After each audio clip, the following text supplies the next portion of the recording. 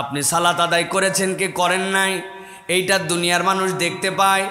আপনি যাকাত দিয়েছেন কিনা কেউ না জানলেও আপনার ম্যানেজার বা যিনি হিসাব রাখে অন্তত মানুষ বুঝতে পারে এই লোকটার সম্পদ এরকম যাকাত দেয় না।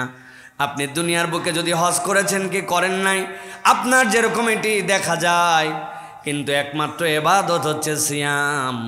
আপনি যদি স্বীকার করেন আপনার থেকে যে আপনি সিয়াম আছেন, কারো প্রমাণ করার সুযোগ নাই আপনি সিয়াম নাই। আর আপনি যদি নিজে নিজে ওইটা ভেঙে ফেলেন, দুনিয়ার মানুষের কাছে প্রমাণ নাই যে আপনি ভেঙেছেন কি ভাঙেন নাই। এই রমাদান আপনাকে একটা বিশুদ্ধ হৃদয় দান করে, যেই হৃদয় কেবলমাত্র আল্লাহর জন্য কাজ করে। আল্লাহ বলছেন আমি রব হিসাবে দেখতে চাই আমার বান্দা যেন বিশুদ্ধ হৃদয়ের মালিক হয়ে যায়। আল্লাহ রাব্বুল আমিন কুরআনুল কারীমের সূরা হাসর 10 নম্বর আয়াতের মধ্যে বলছেন ওয়াল্লাযীনা জাউ মিন বাদিহিম ইয়াকুলুনা রাব্বানা ইগফির লানা ওয়া লিইখওয়ানিনা আল্লাযীনা সাবাকুনা। আল্লাহ বলছেন দুনিয়ার মানুষ ভালো করে বোঝো, আমি রব্বুল আলামিন তোমাদেরকে অন্তর দিলাম, আবার ওই অন্তরের মধ্যে তোমাদের গিল, অন্তরের মধ্যে যে দেশ, অন্তরের মধ্যে যে বিদ্বেষ তৈরি হয়, ওইটা যদি তোমার অন্তরে থাকে তোমার অন্তর বিশুদ্ধ অন্তর হতে পারে নাই। আল্লাহ বলছেন ইমানদারদের জন্য দায়িত্ব হবে যেই মানুষেরা আমাদের আগে চলে গেছে ওই মানুষের জন্য তারা আল্লাহর কাছে দোয়া করে রব্বানা ইগফির লানা, ও আমার রব তাকে আমি চিনি না, সে কোন দেশে বসবাস করে তাও আমি জানি না, কিন্তু আমি একটা দাবি তার হয়ে তোমার কাছে ফরিয়াদ দেই, যেই মানুষটা ইমানের দৃষ্টিভঙ্গিতে আমার ভাই, আমি তার জন্য ফরিয়াদ দিচ্ছি। দুনিয়ার কোন প্রান্তে সে শুয়ে গেছে আমার জানা নাই, কিন্তু আমি বললাম রব্বানা ইগফির লানা ওয়া লিইখওয়ানিনাল্লাযীনা সাবাকুনা বিল ঈমান, আমার যেই ভাইটা ঈমান নিয়ে দুনিয়ার থেকে চলে গেছে আল্লাহ তার ক্ষেত্রে তুমি ক্ষমাই কেবল করবে না, আমি আমার পক্ষ থেকে আরেকটা দাবি দিলাম ওয়ালা তাজআল ফি কুলুবিনা গিল্লাল লিল্লাযীনা আমানু, ইমানদারের ব্যাপারে, ইমানদার ভাইয়ের ব্যাপারে আমার অন্তরের মধ্যে যেন কোনো বিদ্বেষ না থাকে, আমার অন্তরের মধ্যে যেন কোনো গিল না থাকে, আমার অন্তরটা যেন তার জন্য অশুদ্ধ চিন্তার অধিকারী না হয়। রব্বানা ইন্নাকা রাউফুর রহিম, আমার রব এটা সহজ কাজ নয়, এটা বড় কঠিন কাজ, কিন্তু আমি জানি আমার রব রউফ, আমার রব রাহিম, আমার রব চাইলে আমাকে এই নিয়ামত দিতে পারেন।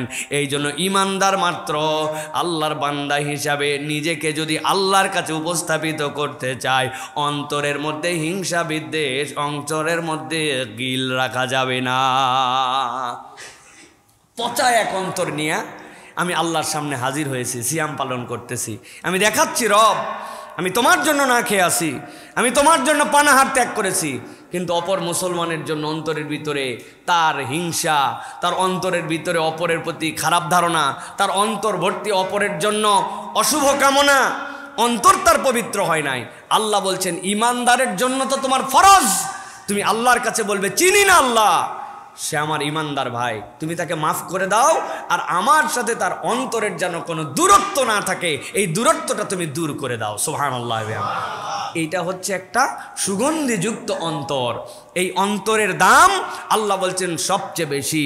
এই অন্তর তুমি যদি গঠন করতে না পারো তাহলে তোমার কিচ্ছুই ঠিক হয় নাই। নবী করিম সাল্লাল্লাহু আলাইহি সাল্লাম বলছেন ইজা সালুহাত সালুহাল জাসাদু কুল্লু ওয়া ইজা ফাসাদাত ফাসাদাল জাসাদু কুল্লু আলা ওয়াহিয়াল কলব। উপরে পোশাক অনেক সুন্দর, চেহারাটাও এক্সিলেন্ট, 6 ফিট টল, দেখার কোনো সৌন্দর্যের অভাব নাই, কিন্তু নবী বলছেন তোমার ভিতরটা ঠিক হয় নাই, তোমার কিচ্ছু ঠিক হয় নাই, কেননা ওই কল্পটা যদি তোমার ঠিক না হয় তোমার কোনো কিছুই ঠিক হয় নাই। এই জন্য মানুষের জীবনে তার রিফ্লেকশনটা পড়ে অন্তর থেকে, সে অন্তরে যেরকম চিন্তা করে তার বাহ্যিকতায় রিফ্লেকশন সেটা হয়, বাহিরটা ভিতরে আসতে পারে না, কিন্তু ভিতরটা বাহিরে আসে। অতএব ইমানদার মাত্র এই রমাদান থেকে আমাদেরকে সিদ্ধান্ত নিতে হবে কোনো মুসলমানের প্রতি, কোনো ভাইয়ের প্রতি, কোনো প্রতিবেশীর প্রতি, কোনো আত্মীয় স্বজনের প্রতি মন ধরাধরি হয়েছে, যা হওয়ার হয়ে গেছে। আল্লাহ, আমি এখন থেকে কারো জন্য অন্তরে আর কোনো হিংসা বিদ্বেষ লালন করি না।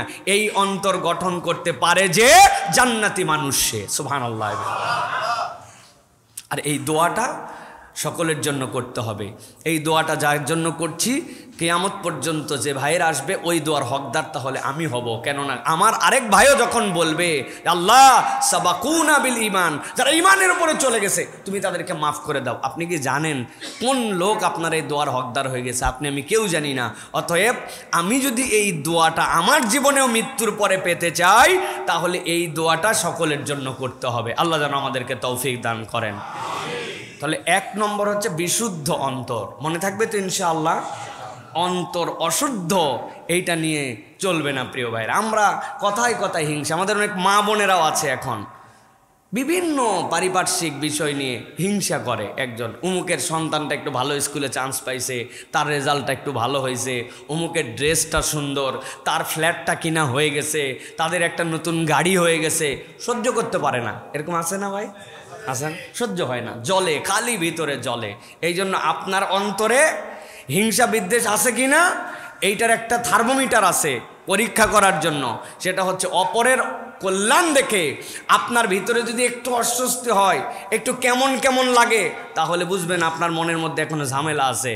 আর আপনার মন বিশুদ্ধ কিনা বুঝবেন অপরের যতই কল্যাণ হোক, আপনি বলেন আলহামদুলিল্লাহ দিল থেকে, ওইটা কেউ দেখতে পায় না কিন্তু আপনি জানেন, সাথে সাথে কামনা করেন আল্লাহ আমার ভাইকে আরও দাও আর আমাকেও তার সাথে দাও, তোমার ভান্ডারে তো কম নাই। এটা হচ্ছে ইমানদারের দাবি হবে। আর ইমানদার যদি উল্টাটা করে তাহলে ওইটা তার জন্য কোনো কল্যাণ নিয়ে আসবে না, উল্টা তার জন্য ওটা বিপদের কারণ হবে। কেননা তার সব ঠিক কিন্তু অন্তরটা দুর্গন্ধওয়ালা। তাহলে আমাদের অন্তরকে পরিষ্কার করতে হবে। মনে থাকবে তো ইনশাআল্লাহ? 2 নম্বরে আল্লাহ রাব্বুল আমিন বলছে, দুনিয়ার মানুষ সিয়ামের মাধ্যমে যেই শিক্ষাটা অর্জন করে ওইটা তার পুরা জীবনের জন্য দরকার, সেইটা হচ্ছে সবর।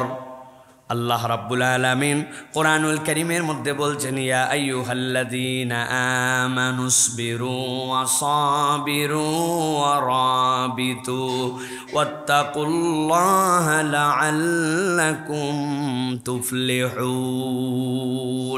আল্লাহ ডাক দিয়ে বলছেন, ইমানদার তুমি যদি ইমানের উপরে আল্লাহর কাছে ইস্তেকামত থাকতে চাও, তুমি যদি আল্লাহর কাছ থেকে রিওয়ার্ড পেতে চাও, রব্বুল আলামিন বলছেন ইমানদারদের জন্য দায়িত্ব হচ্ছে আল্লাহ রব্বুল আলামিনের সন্তুষ্টির উপরে সবর করা। যে ইমানদারের জীবনে সবর নাই, ওই ইমানদারের জীবনে আসলে ইমানের পূর্ণতা নাই। এই জন্য সালাফরা বলছে একজন ইমানদার মৌলিকভাবে 2টা দিকে তাকে সবর করতে হয়। একটা হচ্ছে সবরুল উলিয়া, আরেকটা হচ্ছে সবরে সুগরা। মনে রাখবেন সবরে সুগরা আমাদের জীবনে আছে। অসুখ হয়ে গেছে, তারপরেও আল্লাহর প্রতি অসন্তুষ্ট হই নাই, রব্বুল আমিন ভালো করে দিবেন। সন্তানটা আমার অত ভালো রেজাল্ট করতে পারে নাই, তাও রব্বুল আমিনের প্রতি আমি সবর করে আছি, আমার রব হয়তো কল্যাণকর কিছু করে দিবেন। দোকানে ব্যবসায় লস হয়ে গেছে, কামাই রুজি নাই, তারপরে আল্লাহর প্রতি সন্তুষ্ট আছি। এইটা হচ্ছে সবরে সুগরা। কিন্তু সবরে উলিয়া হচ্ছে আল্লাহর বিধান যেটা আপনার সামনে এসেছে, আপনি দুনিয়া একদিক হয়ে যেতে পারে কিন্তু আপনি কোনো অজুহাতে কোনো কারণ দেখায় আল্লাহর বিধান থেকে আপনি কখনো বাইপাস করেন না, আল্লাহর বিধান থেকে আপনি দূরে সরে যান না। একটুখানি মিথ্যা বললেই ব্যবসাটা হয়ে যেত, বিক্রিটা হয়ে যেত। একটুখানি যদি সুদে টাকা ধার নিতাম তাহলে আর একটু পুঁজিটা বেড়ে যেত। ও চিন্তা করছে সুদ হারাম, মিথ্যা হারাম। আপনি হাজার প্রচেষ্টা করার পরেও সে সবর করে থেকে গেছে, আমার আল্লাহর বিধানের উপরে আমি আছি, আমি আমার আল্লাহর হুদুদকে অতিক্রম করি না। মূল সবর হচ্ছে এইটা, বান্দা যত প্রতিকূল অবস্থায় হোক আল্লাহ রাব্বুল আলামিনের হুকুমকে অমান্য করে না। ওইটার নাম কি? সবর। কঠিন ক্ষুধা। আমি বাথরুমের ভিতরে গেছি, যাওয়ার পরে শাওয়ার ছেড়ে দিছি। শাওয়ার ছেড়ে দেওয়ার পরে পানি অত অ্যাক্টিং করেও খাওয়া লাগে না, নাকের উপর দিয়ে চলে যাচ্ছে, আমি 2বার খালি খাই নিছি। কি সমস্যা? দুনিয়ার কেউ তো দূরের কথা, নিজেও বুঝতে পারি নাই যে 2 ঢোক মেরে দিছি আমি। কিন্তু বলতেছে না না না, আমি আল্লাহর জন্য সবর করে আসি, কষ্ট হোক কেউ না দেখুক, আমার রব দেখতেছে।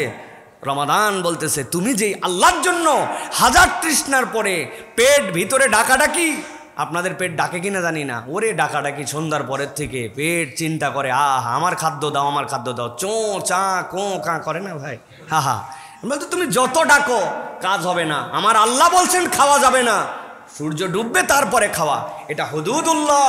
আল্লাহ বলছেন তুমি যেরকম এই সবর করো ওই রকম তোমার জীবনে প্রত্যেকটা ক্ষেত্রে আল্লাহর বিধানে তুমি যদি সবর করো তাহলে রমাদানের শিক্ষা তোমার মধ্যে আসছে। প্রিয় ভাইরা, এই জন্য আল্লাহ রাব্বুল আলামিন বলছেন সবর করো।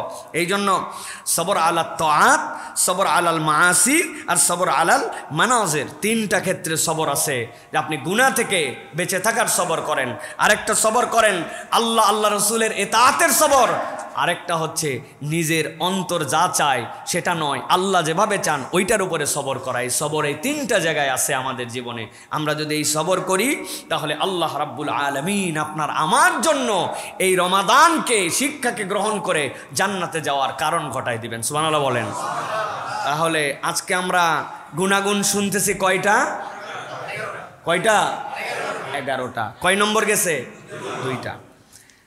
3 নম্বরে রমাদান আপনাকে কি শিখায়? রমাদান আপনাকে বিশ্বস্ততা দেয়।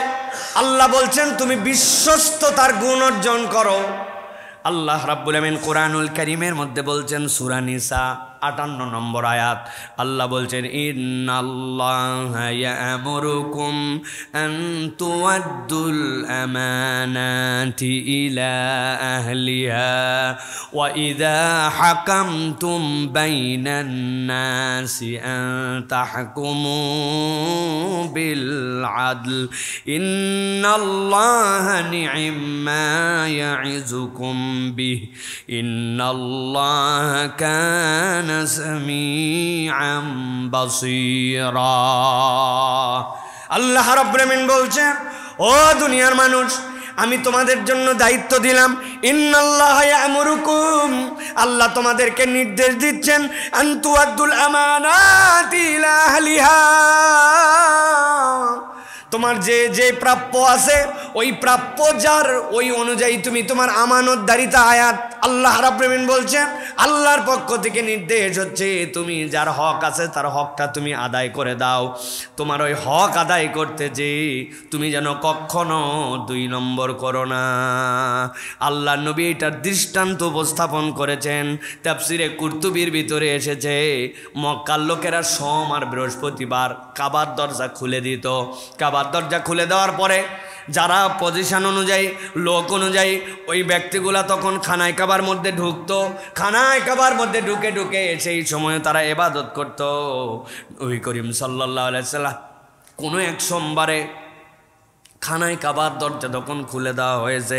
খানায় কাবার চাবির মালিক ছিল তখন ওসমান বিন তালহা। নবীজি বললেন ওসমান, আমার তো হৃদয়ের মধ্যে চাই আমি একটু কাবার ভিতরে ঢুকবো। ওসমান ইবনে তালহা সাথে সাথে বলল, মুহাম্মদ খবরদার তুমি খানায় কাবার ভিতরে ঢোকা তো দূরের কথা, এরকম কোনো ইচ্ছাও পোষণ করবে না, গেট আউট। আল্লাহ নবীকে এমনভাবে শাসায় দিছে, সাথে সাথে কিছু কটু কথাও শোনায় দিছে। আল্লাহ নবী কিচ্ছু বলেন নাই।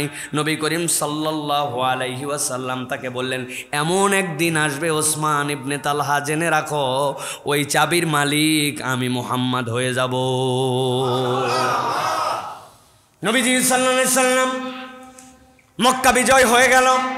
মক্কা বিজয় হওয়ার পরে আল্লাহ নবী সাল্লাল্লাহু আলাইহি ওয়াসাল্লামের ভয়ে তটস্থ সবাই, কিন্তু নবীজি জেনারেল ক্ষমা করে দিলেন, কেবল 11 জন ব্যক্তিকে ক্ষমার বাহিরে রাখলেন। আল্লাহ নবী বলে দিলেন ওরা যদি খানায় কাবার গিলাপ ধরেও চলে তাদের জন্য বিচার করা হবে, কেননা এই মানুষগুলা হত্যাকারী ছিল, এই মানুষগুলা লুণ্ঠনকারী ছিল। ইসলাম হত্যাকারী, লুণ্ঠনকারী, ব্যভিচারীর জন্য কোনো ক্ষমার সুযোগ রাখে নাই। নবী করিম সাল্লাল্লাহু আলাইহি ওয়াসাল্লাম এরপরে খবর দিতে বললেন, ওসমান বিন তালহা কোথায়, ডাক দাও তো। ওসমান বিন তালহার হৃদয়ের মধ্যে আর পানি নাই। মুহাম্মদ সাল্লাল্লাহু আলাইহি ওয়াসাল্লামকে খানায় কাবায় ঢুকতে তো দেই নাই, উল্টা আবার তাকে গালাগাল করেছিলাম। আল্লাহ নবী বলেন চাবিটা দাও তো ওসমান। উপায় নাই আর, নবীজির হাতে দিয়ে চাবি দিয়ে দিয়েছে। আল্লাহ নবী বললেন, ওসমান তোমাকে ক্ষমা করে দেওয়া হলো, তোমাকে মাফ করে দেওয়া হলো। এরপরে আল্লাহ নবী চাবি খুলে খানায় কাবার ভিতরে ঢুকলেন, খানায় কাবাকে পরিষ্কার করলেন। আল্লাহ নবী সেখানে আল্লাহর জন্য সিজদায় পড়ে গেলেন। আল্লাহ নবী সাল্লাল্লাহু আলাইহি ওয়াসাল্লাম সিজদা থেকে উঠলেন, দীর্ঘ সময় পরে যখন বেরিয়ে আসলেন, আসার পরে হজরতে আবু বকর, হজরত ওমর, হজরত ওসমান, হজরত আলী সবাই তাকায় আছেন। খানায় কাবার যে চাবি এইটার একটা ইজ্জত আছে, আর খানায় কাবার চত্বরে হাজিরা যারা আসে তাদেরকে জমজমের পানি খাওয়ানো এইটার একটা ইজ্জত আছে। এই দুইটা নিয়ামতের মালিক যে মক্কার বুকে তারা বিশাল বড় ফাঁপড় নিয়ে চলাফেরা করে। মক্কা থেকে যখন রিহলাতা শীতাই ওয়াস সাইফ, একটা ইয়ামেনের সফর হতো, আরেকটা সফর হতো ওই তুরস্কে, আরেকটা সফর হতো। ওই মানুষগুলা যখন রওনা দিতেন, আল্লাহ রাব্বুল আলামিন কোরআনুল কারীমের মধ্যে বলেছেন এরা দুই দফা দুই দিকে সফর করার জন্য যেত। সিরিয়ায় যেত আর ইয়ামেনে যেত। সুযোগ পাইলে জোর যার মুল্লুক তার ডাকাতি করে তাদের সম্পদ নিয়ে নিত। কিন্তু যেই না কুরাইশ কাফেলাকে কোনো ডাকাত এসে ধরতো, সাথে সাথে তারা বলতো আমাদেরকে ধরার তোমার অধিকার নাই, কেননা হাজিদেরকে আমরা পানি খাওয়াই। এই কথা শুনলে ডাকাতরাও তাদেরকে ছেড়ে দিত না, এরা সম্মানিত। এখন যেই মানুষরা ইসলামের জন্য এত ডেডিকেটেড, এত বেশি ইসলামের জন্য অবদান রেখেছেন, সবাই তাকায় আছেন। আল্লাহ নবী তো খানায় কাবার থেকে বের হয়ে দরজার চাবি লাগাইছেন। চাবিটা এখন যে পাবে তার সম্মান বেড়ে যাবে। আল্লাহ নবী ডাক দিলেন, ওসমান ইবনে তালহা এবং তার বংশের লোকেরা কোথায়? তারা চিন্তা করছে খানায় কাবায় ঢোকার আগে নবীজি কিছু বলে নাই, এখন ভিতর থেকে বেরিয়ে আসছে। ওই দিন তাকে কেবল ঢুকতেই দেই না এরকম নয়, খারাপ ব্যবহার করেছিলাম, যা ইচ্ছা তাই আচরণ করেছিলাম। এখন তো আল্লাহ নবী কেবলমাত্র ওসমান বিন তালহাকে ডাকে নাই, সাথে সাথে সব তার বংশের লোককেও ডেকেছে। উপায় নাই, আজকে ফতে মক্কার পরে আল্লাহ নবীর উপরে একটা কথা বলবে এরকম কারো শক্তি নাই। আল্লাহ নবীর কাছে সকলে যখন কাজুমাজু করে আসছে, আল্লাহ নবী হাতের চাবিটা নিয়ে বলেন, ওসমান ইবনে তালহা এই চাবিটা তোমাকে দিয়ে দেওয়া হলো, কিয়ামত পর্যন্ত তোমার বংশের কাছে এই চাবিটা আমানত। আল্লাহ রাব্বুল আলামিন বলছেন ওসমান ইবনে তালহার ওই ঘটনা, ইন্নাল্লাহা ইয়া'মুরুকুম আন তু'আদ্দুল আমানাতি ইলা আহলিহা, যার প্রাপ্য এটা যদি আমানতের সাথে তুমি আদায় করে দাও তাহলে তুমি আল্লাহর কাছে বিশ্বস্ততা অর্জন করতে পারবে। সাথে সাথে দায়িত্ব দেওয়া হলো, ওয়া ইযা হাকামতুম বাইনান নাসি আন তাহকুমু বিল আদল, বান্দার সাথে যখন তোমার বিচার ফয়সালা আসবে তখন দল দেখা যাবে না, পার্টি দেখা যাবে না, আত্মীয় দেখা যাবে না, তখন ইনসাফের সাথে ন্যায় বিচার করা ইমানদারের দায়িত্ব। আপনার দলের লোক জামিন পায় আর আলেম ওলামা হইলে ওই লোক যদি আপনার বিরোধী হয় তাহলে তার জন্য জামিন হয় না। এরকম বিচারহীনতার সংস্কৃতি আমরা দেখেছি কিনা? দেখছি কিনা? আল্লাহ রাব্বুল আলামিন বলছেন, ইন্নাল্লাহা নি'ম্মা ইয়া'যুকুম বি, আল্লাহর উপদেশ কতই না সুন্দর। আল্লাহ নিজেই বলছেন, আল্লাহ বলছেন ইন্নাল্লাহা কানা সামিআম বাসীরা। আল্লাহ বলছেন, ও বান্দা তুমি যা করো না কেন আর তুমি যা বলো না কেন সব কিছুর জন্য সর্বদ্রষ্টা এবং সর্বশ্রোতা হচ্ছেন আল্লাহ। দুনিয়ার কেউ যা দেখে না তা দেখে কে? দুনিয়ার কেউ যা শোনে না তা শোনার ক্ষমতা আছে কার? আল্লাহ এই জন্য বলছেন, আল্লাহ তোমাকে কতই না সুন্দর উপদেশ দিচ্ছেন, তুমি খবরদার বিশ্বস্ততা হারায়ো না। আপনার আব্বা মারা যাওয়ার সময় আপনি বড় ভাই, আপনি মেজো ভাই, আপনাকে বলে গেছে জমি জমাগুলো ইনসাফ মতো বন্টন করে দিস। আপনার বোনটা মরার বয়স হয়ে গেল, আপনার মরার বয়স হয়ে গেল, আজ পর্যন্ত ভাইয়েরা বোনের জমি দেয় নাই। এর মুসলমান টাটকা রোজাদার আছে না ভাই? কারা তারা? হাত তোলেন দেখে একটু। আপনি জমি দেন নাই? প্রিয় ভাইয়েরা, আমাদের মধ্যে এরকম মুসলমান আছে। তাহলে রমাদান আপনাকে বিশ্বস্ততা বানানোর শিখালো। আপনি কেবল পানাহার আর খাওয়া থেকে বিশ্বস্ত হলেন, কিন্তু আপনি জমি জমা দেওয়াতে বিশ্বস্ত হলেন না, আপনি ইনসাফ করলেন না। নবীজির কাছে একজন সাহাবী আসছে, আসার পরে বলছি, ইয়া রাসূলুল্লাহ হাযা ইবনি, এটা আমার ইবনি, আর এর জন্য আমি একটা গোলাম রেখেছি, তাকে আমি অনেক মহব্বত করি। নবীজি বললেন, আল্লাহ কাওয়ালাক, তোমার কি আর কোনো সন্তান আছে? বলে না, আমি ইয়া রাসূলুল্লাহ। বলে তুমি কি তাদের জন্য গোলাম দিয়েছো? বলে না। বলে শোনো, হয় এর গোলাম ত্যাগ করাও অথবা সকল সন্তানকে গোলাম দাও। তুমি তোমার সন্তানের মধ্যে একই মায়ের পেট থেকে আসার পরে তোমার টান অন্তরে থাকতে পারে, কিন্তু প্রকাশের ক্ষেত্রে তুমি বেইনসাফ করতে পারবে না। আল্লাহু আকবার। কি পরিমাণ আল্লাহ রসুল সাল্লাল্লাহু আলাইহি সাল্লাম এটা দায়িত্ব দিয়েছেন, কিন্তু আমরা বিশ্বস্ত হতে পারি নাই। তাহলে আমাদেরকে বিশ্বস্ত হতে হবে। রমাদান আমাদেরকে বিশ্বস্ততার শিক্ষা দেয়। এটা হচ্ছে আমাদের জন্য 3 নম্বর। 4 নম্বরে ক্ষমা এবং ইহসান। যদি কেউ আল্লাহর কাছ থেকে ক্ষমা পেতে চায় তাহলে ক্ষমার গুণ অর্জন করতে হবে আর ইহসানওয়ালা হতে হবে। আমি একটা আয়াতে কারিমা আপনাদের কাছে বলবো, অবাক হয়ে যাবেন। রব্বুল আলামিন কি পরিমাণে এই জায়গাতে একটা দলের অপরাধের কথা বর্ণনা করেছেন। সূরা মায়েদা 13 নম্বর আয়াত। আল্লাহ রাব্বুল আলামিন বলছেন, ফাবিমা নাকদিহিম মিসাকাহুম লাআন্নাহুম। আল্লাহ বলছেন এমন একটা দল, যেই দল শাস্তির উপযুক্ত, যেই দল লানত প্রাপ্ত, যেই দল আল্লাহ রাব্বুল আলামিন কর্তৃক অভিশপ্ত। অভিশপ্তের কারণ কি ছিল? আল্লাহ বলছেন নাকদিহিম মিসাকাহুম, এই মানুষগুলা অঙ্গীকার কখনো ঠিক রাখে নাই। আল্লাহর কাছে ওয়াদা করছে একটা, আর ওয়াদা ভঙ্গ করত। এই কারণে আল্লাহর শাস্তিপ্রাপ্ত। গভীর মনোযোগে খেয়াল করেন। টপিকের নাম হচ্ছে ক্ষমার ইহসান। কিন্তু আল্লাহ কি বলছেন খেয়াল করেন। আল্লাহ বলছেন এই মানুষেরা অঙ্গীকার রাখতো না, এই জন্য আল্লাহর পক্ষ থেকে এই মানুষগুলা সব সময় অভিশপ্ত। আল্লাহ বলছেন তাদের আরেকটা দোষ, ওয়াজআলনা কুলুবাহুম কাসিয়া। এই মানুষগুলা যখন অঙ্গীকার ভঙ্গ করেছে, ওয়াদা করে ওয়াদা রাখে নাই, তখন তাদের অন্তরগুলা শক্ত হয়ে গেছে। ওই অন্তরের মধ্যে আর কোনো রকম দয়া নাই। ওই অন্তর আল্লাহর দিকে বিনয়ী হয় না। এটা তাদের 2 নম্বর অপরাধ। আল্লাহ বলছেন 3 নম্বর অপরাধটা আরো সাংঘাতিক। ইউহাররিফুনাল কালিমা আম মাওয়াদিই। ওই ব্যক্তিরা আল্লাহর কথাগুলাকে ইচ্ছা মতো পরিবর্তন করে দিত। নিজেদের স্বার্থে যা দরকার ওইটা রাখতো, আর নিজেদের স্বার্থে যেটা দরকার নয় আল্লাহর কথাকে পর্যন্ত তারা বিকৃত করতে একটুকু তাদের হাত পা কাঁপতো না, একটু তাদের মনের মধ্যে কোনো রকম কষ্ট হতো না। আল্লাহ রাব্বুল আলামিন বলছেন, ওয়ালা তাযালু তাত্তালিউ আলা খায়িনাতিম মিনহুম ইল্লা কলিলা। আল্লাহ বলছেন আর এই মানুষগুলা, আরেকটা দোষ তাদের মধ্যে ছিল। এই মানুষগুলা আল্লাহ রাব্বুল আলামিনের হুকুম আহকাম থেকে অল্প সংখ্যক ছাড়া তারা পৃষ্ঠ প্রদর্শন করতে একটুকু তাদের কাছে কোনো রকম আল্লাহ রাব্বুল আলামিনের জন্য ভয় হতো না। আল্লাহ বলছেন এই মানুষ, যেই মানুষেরা অভিসম্পাদপ্রাপ্ত অঙ্গীকার থেকে দূরে থাকে, যেই মানুষদের অন্তরগুলা শক্ত হয়ে গেছে, আল্লাহর কথাগুলাকে বিকৃত করে, যেই মানুষগুলা আল্লাহর বাণীকে পৃষ্ঠ প্রদর্শন করে, অল্প সংখ্যক বাদে বুঝার পরেও তারা সেখান থেকে সরে আসে। আল্লাহ বলছেন এত অপরাধ থাকার পরেও নবী আপনাকে দায়িত্ব দেওয়া হলো ফাআফু আনহুম ওয়াসফাহ। 1 নম্বর দায়িত্ব, আপনি তাদেরকে ক্ষমা করে দেন আর আপনি তাদেরকে এড়িয়ে চলেন, পাশ কাটিয়ে চলেন।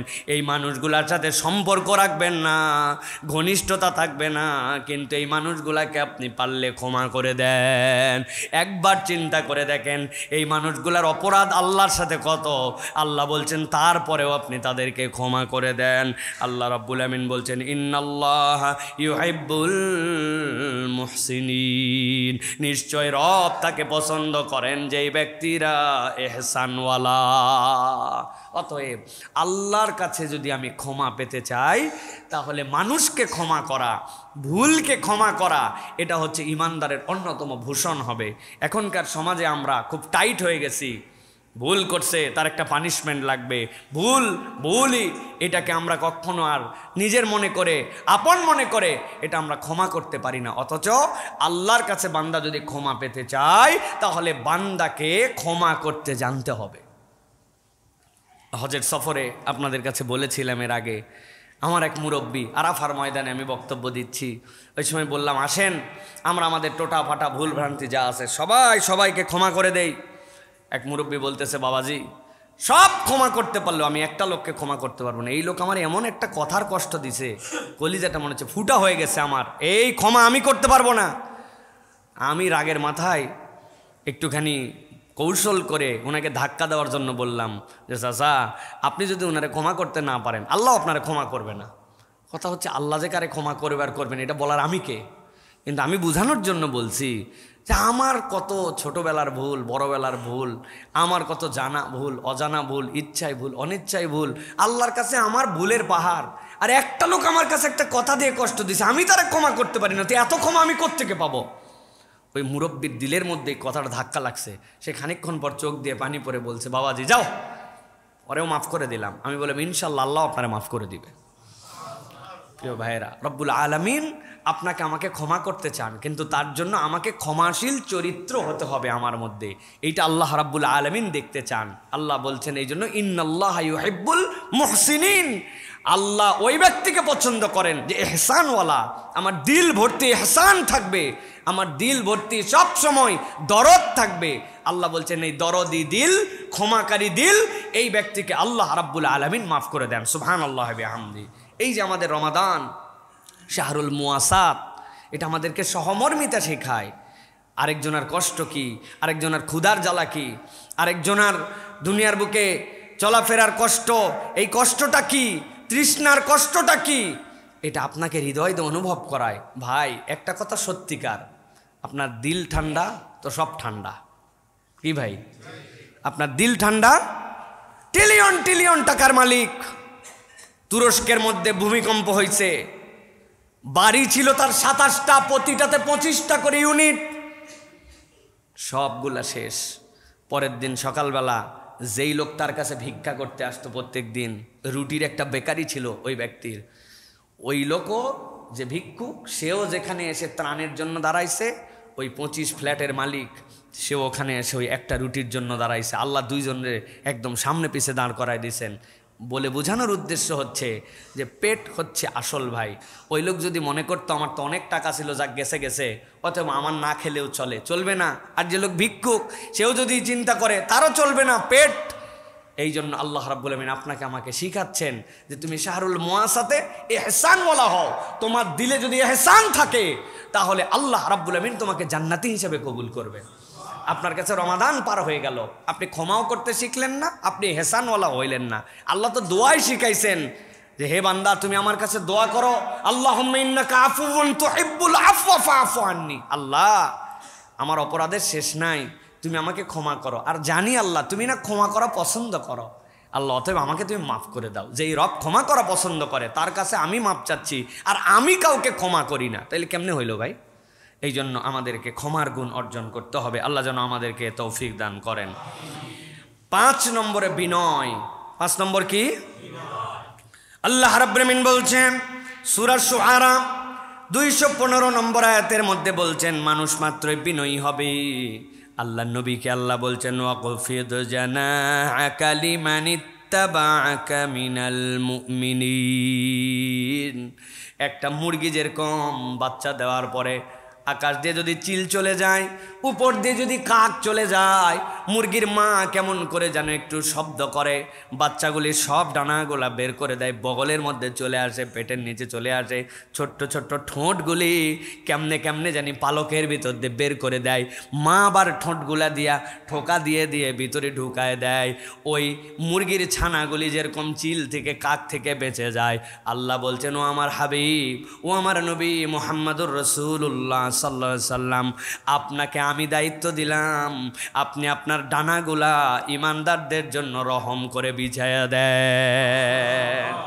নবী করিম সাল্লাল্লাহু আলাইহি ওয়াসাল্লাম তো মানুষ, কিন্তু তাকে উদাহরণ দেওয়া হয়েছে আপনি আপনার ডানাগুলা। তার মানে আপনি আপনার অ্যাক্টিভিটিস, আপনি আপনার দিল, আপনি আপনার আচরণ, আপনি আপনার যাবতীয় কাজগুলি এমনভাবে সেট করেন ইমানদার যেন আপনার থেকে বিনয় পায়, ইমানদার যেন আপনার থেকে নিরাপত্তা পায়। আফসোস আর আফসোস, এখন ইমানদারের কাছে ইমানদার নিরাপদ নয়। ঠিক না ভাই? ভয় যে কারে টাকা ধার দিলাম, আল্লাহ মাইরেই দেয় কিনা, আর দেয় কিনা, এই টেনশন আছে না ভাই? হ্যাঁ, সব মুসলমান আমরা এখন এই বিনয় থেকে বেরিয়ে আসছি। আমাদের মধ্যে বিনয়ের আচরণ নেই। আমরা এমন ক্রুয়েল হার্ট হয়ে গেছি যে আমাদের মধ্যে বিনয় এমনকি ফ্যামিলির সাথে নাই, বাচ্চা কাচ্চার সাথে নাই, কোনো জায়গায় আমাদের মধ্যে বিনয় নাই। যে যত বেশি উগ্র, যে যত বেশি রাগী, যে যত বেশি বদমেজাজি, সে তত বেশি পার্সোনালিটিওয়ালা, এরকম একটা ভাব আমাদের মধ্যে চলে আসছে। অথচ বিনয়ী হওয়া, নম্র হওয়া, হযরত আয়েশা সিদ্দিকা রাদিয়াল্লাহু তাআলা থেকে বর্ণনা আসছে, তিনি বলছেন যাকে বিনয় দেওয়া হয়েছে এই পৃথিবীর সব সে পেয়ে গেছে, আর যার মধ্যে লজ্জা দেওয়া হয়েছে সে ইমানের সব পেয়ে গেছে। যার লজ্জা আছে তার ইমান আছে, যার বিনয় আছে তার দিন তার সাথে আসে। সুবহানাল্লাহ। অতএব প্রিয় ভাইয়েরা, আমাদেরকে বিনয়ী মানুষ হতে হবে। আপনাকে সিয়াম কিভাবে বিনয়ী বানাচ্ছে খেয়াল করেন। আপনার সাথে কেউ গন্ডগোল করতে আসছে, আপনি বলবেন ভাই আমি রোজাদার, ভাই আমি তোমার সাথে ঝগড়াঝাটি করবো না, ভাই দোষ যার হয় হোক, কিন্তু আমি তোমার সাথে ঝগড়াতে নাই, তোমার সাথে গন্ডগোলে নাই। এই প্র্যাকটিস না সিয়াম আপনাকে শিখিয়েছে। কিন্তু আমরা তো রোজা থেকে এখন ক্ষুধা পেটে, আর এদিকে মাথা গরম, আরও ডবল গরম আমাদের মধ্যে। না ভাই, আগে কিল দিত না, এখন কিল দেওয়ার জন্য উঠে যায়। ওরে বাবারে বাবারে, এত গরম আমাদের মধ্যে। অতএব আপনাকে ট্রেনিং দিচ্ছে যে আপনি সবচেয়ে, সেনাবাহিনীর মধ্যে বলা হয় হার্ড ট্রেনিং সহজ যুদ্ধ।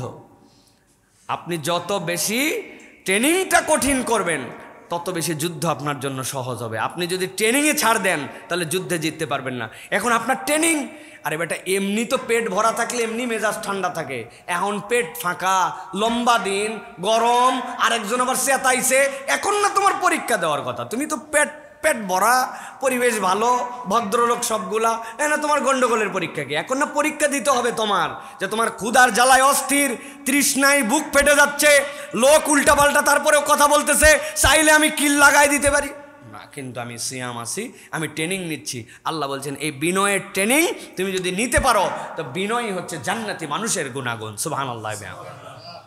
6 নম্বরে আল্লাহ রাব্বুল আমিন বলছেন সূরা ইব্রাহিমের 7 নম্বর আয়াতের মধ্যে, দুনিয়ার মানুষ তুমি যদি রব্বুল আলামিনের কাছে, আল্লাহর কাছে তুমি যদি গ্রহণযোগ্য হতে চাও, রব্বুল আলামিনের কাছে প্রিয় পাত্র হতে চাও, আল্লাহ বলছেন তাহলে তোমাকে শুকরগুজার বান্দা হতে হবে। যার জীবনে শুকরিয়া নাই তার জীবনে আসলে রবের কাছে উপস্থাপন করার মতো কিছুই নাই। আল্লাহ কোরআনে বলছেন وَإِسْتَأْذَنَ رَبُّكُمْ لَئِنْ شَكَرْتُمْ لَأَزِيدَنَّكُمْ وَلَئِنْ كَفَرْتُمْ إِنَّ عَذَابِي لَشَدِيدٌ। শতবার আপনাদের কাছে বলেছি, আল্লাহ রাব্বুল আমিন এই আয়াতে কারিমা উম্মতে মুহাম্মাদির জন্য দেন নাই। এই আয়াতে কারিমা ছিল মূসা আলাইহিস সালামের কওমের জন্য, যেই কম 1 বছর 2 বছর নয়, হাজার হাজার লাখ লাখ তাদের পুরুষ সন্তানকে মেরে ফেলা হয়েছে, তাদের নারীগুলাকে তারা দাসী বানিয়ে রেখেছে, তাদের কোনো সামাজিক মর্যাদা ছিল না, তাদের কোনো সম্মান ছিল না। ওই মানুষগুলাকে আল্লাহ রাব্বুল আমিন নিজ কুদরতে ফেরাউনের কবল থেকে মুক্ত করলেন। আল্লাহ রাব্বুল আমিনের কুদরত দেখায়া তাদেরকে সমুদ্র পার করে দিলেন। একটা রাস্তা দিয়ে নয়, 12টা রাস্তা দিয়ে পার হয়ে গেল, ওই পারে উঠে গেল। উঠে যাওয়ার পরে পিছনে তাকায় বলতেছে, মুসা পার তো হয়ে গেলাম, কিন্তু রাস্তা তো আর নষ্ট হয় নাই, ওই রাস্তাতে তো ফেরাউনও আসতেছে, কেমনে পার করায় কী লাভ হলো বলো তো? এত বেশি এরা উদ্যত, এত বেশি গাফেল। আল্লাহ ওইটার মধ্যে ফেরাউনকে চুবায় মেরে ফেললেন। এরপরে মূসা আলাইহিস সালামকে বলতে বললেন, বলো তোমার কওমকে যে তোমরা যদি এখন আল্লাহর কৃতজ্ঞ হও আল্লাহ নিয়ামত বাড়ায় দিবেন, আর যদি আল্লাহর অকৃতজ্ঞ হও জেনে রাখো আল্লাহর আযাব বড় কঠিন। ওই যে মূসা আলাইহিস সালামকে পার করা হলো, এরপরে মূসা আলাইহিস সালাম বলেন চলো এখন সবাই মিলে আমরা বাইতুল মুকাদ্দাস এইটাকে উদ্ধার করে এরপরে আমরা ক্ষান্ত হব। যেই রব আমাদেরকে এত বড় মুক্তি দিলেন, ফেরাউনের 8 লক্ষ লোককে সমুদ্রের তলায় চুবায় মেরে ফেললেন, সাথে সাথে তারা বলতে শুরু করলো আমাদের হাতে এত সময় নাই, কেবল আমরা একটু আরাম পাইছি, তুমি আর তোমার আল্লাহ যায় যুদ্ধ করো, আমাদের যুদ্ধে যাওয়ার সময় নাই। নাউজুবিল্লাহ। আল্লাহ মরুভূমির মধ্যে তাদেরকে ফালালেন, ফালাই এমন একটা সার্কেলের মধ্যে ঢুকাই দিলেন। 40 বছর এক জায়গায় খালি ঘুরছে আর ঘুরছে, ঘুরছে আর ঘুরছে, বের হতে আল্লাহ দেন নাই। ওই 40 বছর একটা প্রজন্মকে আল্লাহ ধ্বংস করে দিয়া তাদের উত্তরাধিকার যারা তাদেরকে বিশুদ্ধ রূপে তৈরি করে তারপরে আল্লাহ রাব্বুল আমিন বাইতুল মুকাদ্দাসকে বিজয় করেছেন। কিন্তু ওদের এই অকৃতজ্ঞতার কারণে আল্লাহ ছোট্ট একটু জায়গার মধ্যে 40 বছর তাদেরকে ঘুরাইছেন। আল্লাহ বলছেন ওই রব তোমাদেরকে বলছেন লা ইন শাকারতুম লা আযীদান্নাকুম, লাযীদান্নাকুম ওয়া লা ইন কাফারতুম ইন্না আযাবি লাশাদীদ। আমি আল্লাহ দায়িত্ব দিলাম, তুমি আল্লাহর প্রতি কৃতজ্ঞ হও। আল্লাহর কৃতজ্ঞ হলে নিয়ামত বেড়ে যাবে, আর আল্লাহর অকৃতজ্ঞ হলে আযাব আসবে। অতএব আল্লাহর কৃতজ্ঞ বান্দা হওয়া। রব্বুল আলামিন আপনি আমাকে যে নিয়ামত দিয়েছেন, ওই নিয়ামতের প্রতি আমি সন্তুষ্ট, আমি আপনার প্রতি সন্তুষ্ট। ওই নিয়ামতের সন্তুষ্ট কোনটা? রব, আপনি আমাকে ঈমান দিয়েছেন, আপনি আমাকে ঈমানের মালিক বানিয়েছেন। অনেক কিছু না থাকতে পারে, কিন্তু পৃথিবীর সব মানুষ থেকে আমি আলাদা। আমাকে আপনি ঈমানের দর্শন দিয়ে আপনি আমাকে জান্নাতের পথে নিয়েছেন। আমার বাড়ির ধারে 3 প্রজন্ম অন্য ধর্মাবলম্বী লোক আছে, তার দাদাও ছিল অন্য ধর্মাবলম্বী, বাপ ও তার সন্তানও, আর তার সাথে একই ওয়াল। আল্লাহ, আপনি আমাকে মায়ের পেটের থেকে ঈমানের নিয়ামত দান করেছেন, এর থেকে বড় দয়া আমার জন্য কি হতে পারে? আপনার বাজারে এরকম লোক আছে না? 4 প্রজন্ম ব্যবসা করে অমুসলমান আছে না? আপনি কেনাকাটা করেন তাদের দোকান থেকে, এরকম লোক আছে না? আপনি চুল কাটান, এরকম লোক আছে না? 5 প্রজন্ম। তা আপনি আপনার আমার কি এমন যোগ্যতা, কি এমন আল্লাহর জন্য আমরা করে ফেলছি যে আল্লাহ আমাকে অটোমেটিক দৌলতে ঈমান দিলেন, আর ওই বেটা ঈমান পাইল না। আল্লাহু আকবার। আল্লাহ বলছেন, তুমি যদি কৃতজ্ঞ হও আমি রব এই নিয়ামত বাড়াই দিব, আর যদি কৃতজ্ঞ না হও, খালি আল্লাহর তালাশির মধ্যে আছে। আল্লাহ খালি দিল না, পাইলাম না, মানে আল্লাহরে শুধু ব্লেম করার উপর আমি আছি না ভাই? আল্লাহকে শুধু ব্লেম করার উপরে আছে। আপনি এই জন্য খুঁজে খুঁজে আল্লাহর নিয়ামতের কৃতজ্ঞতা আদায় করেন। আল্লাহ রাব্বুল আলামিন বলছেন, আমি তোমাকে কেমনে বাড়াতে হয় আমি তোমাকে বাড়াই দেবো। সুবহানাল্লাহ। রমাদানে চুপ করে থাকবেন, এটা একটা আমল। রমাদানের এই আমল আমাদের নাই। রমাদানে একটা মুরাকাবা থাকবে আপনার, দিন রাত মিলায়া 20 মিনিট কারোর সাথে কোনো কথা নাই, দুনিয়াবি কোনো কিছু নাই, মোবাইল থেকে ডিট্রাস্ট, সব কিছু থেকে নিরিবিলি আপনি আল্লাহর কাছে চুপ করে ভাবতেছেন, আর আল্লাহর কাছে কৃতজ্ঞ হচ্ছেন যে আপনি, আল্লাহ তুমি যে আমাকে কত দয়া দিছো, কি আমি হতভাগা যে আমি এটা চিন্তার মধ্যেও আনতে পারি না। আল্লাহ তুমি আমাকে একটু স্মরণ করায় দাও তো আল্লাহ, যে আমার প্রতি কত দয়া। আল্লাহু আকবার। বাজার করলে আমি মুখ দিয়ে খাই, কিন্তু আমার অক্সিজেন তো আমার কিনে খাওয়া লাগে না। আল্লাহ, আমার যদি অক্সিজেন কিনে খাওয়া লাগতো তাহলে তো আমি শেষ হয়ে যেতাম। আল্লাহ, আমার গাড়িতে প্রত্যেক সপ্তাহে মোবাইল দেওয়া লাগে, কিন্তু তুমি এই যে আমার ঘাড় অনবরত নড়াচ্ছি, আমার মুখগুলো অনবরত এই যে কথা বলতেছি, দাঁতের এটা নড়ে যাচ্ছে, কে এই জায়গায় মোবাইল দিয়ে দিল, কে এই জায়গায় গিরিজ দিয়ে দিল? আমার চোখের পাতা যদি শুকিয়ে যেত তাহলে তো আল্লাহ 1বার 2বার ফেললে আমার চোখের উপর দিয়ে আঁচড় পড়ে আমার চোখ অন্ধ হয়ে যেত। আল্লাহ, এই চোখের মধ্যে অনবরত কে এই লিকুইডটা দিয়ে দিচ্ছে। আলহামদুলিল্লাহ আল্লাহ, আমি তোর কৃতজ্ঞতা আদায় করতে পারি নাই আল্লাহ প্রপারলি। আল্লাহ, তোমার প্রতি আমার কৃতজ্ঞতা। আপনি 20 মিনিট এরকম নিরিবিলি, রমাদানের এটা অন্যতম আমল। হাজার আমল করি আমরা, দোয়া করি আমরা, অনেক কিছু করি আমরা, কিন্তু আল্লাহর জন্য ব্যক্তিগতভাবে চুপ করে থেকে, নীরব হয়ে, মুখ বন্ধ করে আল্লাহর জন্য একটু একাকিত্ব সময় কাটানো, এটা আমাদের জীবন থেকে হারায় গেছে। ঠিক না ভাই? কোলাহল আমাদেরকে ব্যস্ত করে দিয়েছে, কোলাহল আমাদেরকে আকৃষ্ট করে ফেলেছে, কিন্তু নীরবতা আমাদেরকে আকৃষ্ট করছে না। বান্দার জীবনে একটা নীরবতার সময় দরকার। বান্দা চুপ করে থাকবে, একাকী হয়ে যাবে, কিচ্ছু পড়তে হবে না, চুপ করে আসেন আপনি, একদম চুপ, কথাও বলি না, কিচ্ছু না, নীরব, আমি আল্লাহর জন্য নীরব, কোনো তসবিহ তাহলিল না, এমনকি আল্লাহর হামদও করতেছেন না, কিন্তু আপনি চুপ আছেন। এটা আপনার পার্সোনাল টাইম। বড় বড় নিঃশ্বাস নেন, লা ইলাহা ইল্লাল্লাহ বলে বলে আপনি বড় বড় নিঃশ্বাস নিয়ে, বুক ভর্তি নিঃশ্বাস, আস্তে আস্তে করে নিঃশ্বাসটুকু ছাড়েন, আর আল্লাহ রাব্বুল আলামিনকে স্মরণ করেন। সুবহানাল্লাহগুলা একবার নখে হাত দিছেন, এক সুবহানাল্লাহর মধ্যে কত কি আছে, আপনি সুবহানাল্লাহ এত জোরে যান কেমনে? আপনি না একদিন 33 বার সুবহানাল্লাহ পড়তে 33 মিনিট লাগবে। আল্লাহ, আমি সুবহানাল্লাহ বলতেছি তোমার জন্য, তুমি পবিত্র, তুমি এমন রব যাকে দেখার জন্য আমার বড় আকর্ষণ। সুবহানাল্লাহ, আসমানটা কিভাবে সৃষ্টি হলো? আমার 10 ফিট বাই 10 ফিট ঘরে 4টা খুঁটি, আসমানে কোনো খুঁটি নাই। সুবহানাল্লাহ, সুবহানাল্লাহ। আল্লাহ রে, আমার অল্প একটু পানি টেনে নিয়ে ট্যাঙ্কির মধ্যে উঠানো লাগে, আমি না পানি উঠালাম, উপরে কত ময়লা পানি, কেমনে ফিল্টার হয়ে আবার নিচে পানিটা চলে গেল। সুবহানাল্লাহ। আল্লাহ, তুমি আমার সন্তানটাকে আমার জন্য দান করেছো। পৃথিবীতে কত নিঃসন্তান দম্পতি আছে, কত প্রতিবন্ধী আছে, কিন্তু তুমি আমার সন্তানটাকে সুন্দর রেখেছো। সুবহানাল্লাহ। আপনি ভেবে ভেবে 33টা আল্লাহর এরকম গুণাগুণ দিয়ে সুবহানাল্লাহ বলেন, আলহামদুলিল্লাহ বলেন, আল্লাহু আকবার ভেবে ভেবে বলেন। আপনি 100টা এরকম ওজিফা 20 মিনিট ভেবে বলেন, দেখেন আপনার হৃদয়টা ভরে যাবে, আল্লাহ আপনাকে নিয়ামত দিয়ে ভাসায় দিবে। সুবহানাল্লাহ। রমজানে বহু আমল করলাম, নীরবতার আমল আমাদের নাই। অতএব এই নীরবতা, আল্লাহর জন্য চুপ করে যাওয়া, ভেবে ভেবে আল্লাহর জন্য একটুখানি মনে মনে আল্লাহকে কৃতজ্ঞতা জানানো, এটা হচ্ছে আল্লাহর পক্ষ থেকে আপনার আমার নিয়ামত প্রাপ্তির অন্যতম একটা অনুষঙ্গ হবে। আল্লাহ আমাদেরকে তৌফিক দান করেন। বাসায় সবাই ঘুমায় গেছে, চুপ করে উঠে যাবেন। উঠে গেলাম, উঠে যাই একাই। অনেক লোকের সামনে অনেক কিছু হয় না ভাই, কেউ জেনে ফেললে আমল করে মজা পাওয়া যায় না। সবাই ঘুমাই গেছে, উঠে গেছে, আপনি টার্গেটে আসেন যে আজকে সবাই ঘুমাইছে, দিয়ে 20 মিনিট কেউ জানবে না।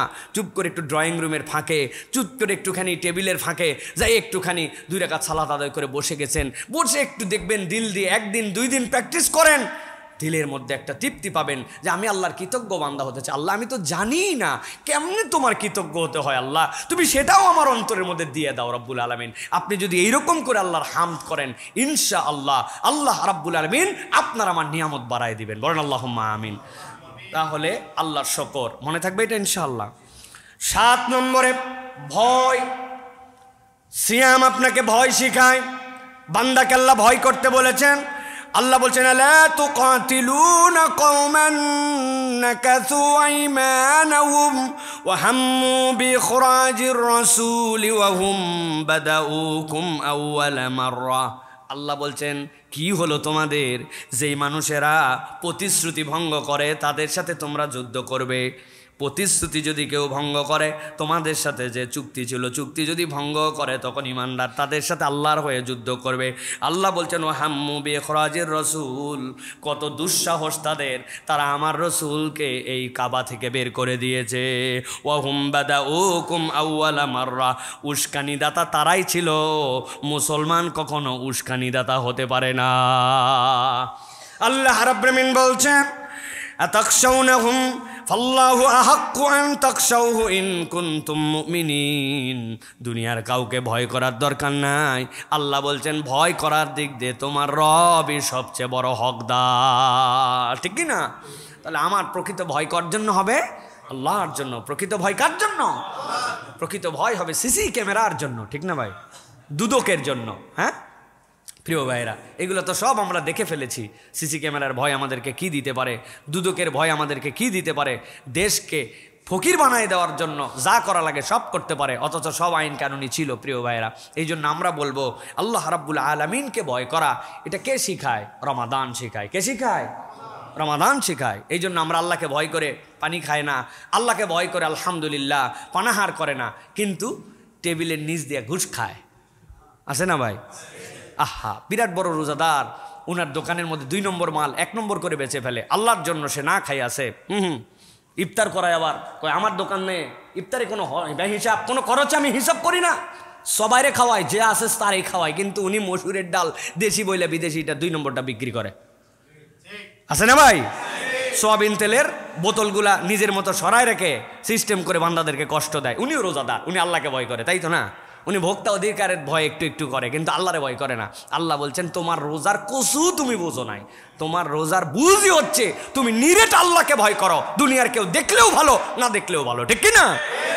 কিন্তু আমরা এই ভীতি অর্জনকারী মানুষ হতে পারছি না প্রিয় ভাইরা। তাহলে সিয়াম আমাদের জন্য প্রপার কাজ করবে না। তাহলে আমাদেরকে ভয় করতে হবে কাকে?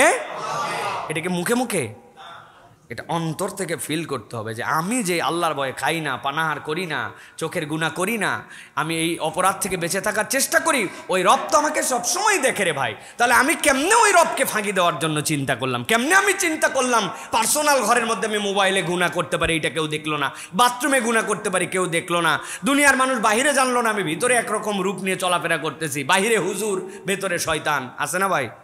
আছে, প্রচুর আছে। কি আমরা আবার আছে কি জিনিস? আছে বললেই তো মজা। এই আছে বাদ দিচ্ছি আমি, আমরা আছে বাদ। 8 নম্বরে ন্যায় নিষ্ঠা। আল্লাহ রাব্বুল আলামিন সূরা হুদ 112 নম্বর আয়াতে বলছেন দুনিয়ার মানুষ আমি আল্লাহ দায়িত্ব দিচ্ছি ফাস্তাকিম কামা উমিরতা ওয়ামান তাবা মাআকা ওয়ালা তাতগাউ ইন্নাহু বিমা তা'মালুনা বাসীর। আল্লাহ বলছেন ফাস্তাকিম কামা উমিরতা, আল্লাহ যেরকম ভাবে নির্দেশ দিয়েছেন তুমি ন্যায়ের উপরে সেরকম ভাবে থাকো। ওয়ামান তাবা মাআকা ওয়ালা তাতগাউ ইন্নাহু বিমা তা'মালুনা বাসীর। খবরদার আল্লাহর পথ থেকে কখনো তুমি ধৃষ্টতা দেখিয়ে উদ্ধত চরিত্র হয়ে তুমি বের হয়ে যেও না। জেনে রাখো তুমি যা করো সব আল্লাহ জানেন, সব রব্বুল আলামিন দেখেন। সাংঘাতিক আয়াত। ন্যায়নিষ্ঠ হওয়া জীবনের প্রত্যেকটা পর্যায়ে ন্যায়নিষ্ঠ হওয়া গুরুত্বপূর্ণ। আমি মনে করছি ন্যায়নিষ্ঠতার দায়িত্ব কেবল বোধহয় ওই যে জজ সাহেবের, তাই না? জজ সাহেবের না, প্রত্যেকের জীবনে ন্যায়নিষ্ঠতা আছে প্রিয় ভাইয়েরা। আপনি ভেজা পা, আপনার অজু করছেন, করে আপনি পরে মসজিদে আসছেন, আপনার স্যান্ডেলটা একটু পেছনে খুলছেন, খুলে আপনার ভেজা পা দিয়ে আরও 4 জনের স্যান্ডেল মারায়া, 4 জনের স্যান্ডেল চাপায়া চিন্তা করছেন কার স্যান্ডেল কি হয়েছে, আমি কে দেখছে তাই। আপনি ন্যায়নিষ্ঠ হতে পারেন নাই মানুষ হিসেবে এখনো। ছোট্ট পয়েন্ট, কিন্তু মাথার মধ্যে ঢুকাই রাখেন। আপনি ন্যায়নিষ্ঠ হতে পারেন না, আপনি অপরকে কষ্ট দিছেন। আপনি যাওয়ার পরে স্যান্ডেলটা হাতে নিয়ে উপর থেকে ফালাই দিয়েছেন, ঠাস করে পড়ছে, ভিতরে একজন নামাজ পড়তেছিল, তার কষ্ট হয়েছে। আপনি এখনো ন্যায়নিষ্ঠ হতে পারেন নাই। আপনি কষ্ট দিছেন, আপনার বাড়ি 3 তলায়, আরেকজন 4 তলায়, আপনার চেয়ারটা আপনি আপনার ফ্লোর টাকা দিয়ে কিনছি, 1,25,00,000 টাকা দাম, 57,000 টাকা স্কোয়ার ফিট। আমি আমার প্লেটে কি করব না করব তোর কাছে হিসাব নেওয়া লাগবে না। দরজা লাগা দম করে দরজা লাগাই দিছে, রাত্রে 12টার সময় মশলা মারতেছে খ্যার খ্যার করে পুরা। আমার বাড়িতে আমি যা, আই ক্যান ডু এনিথিং।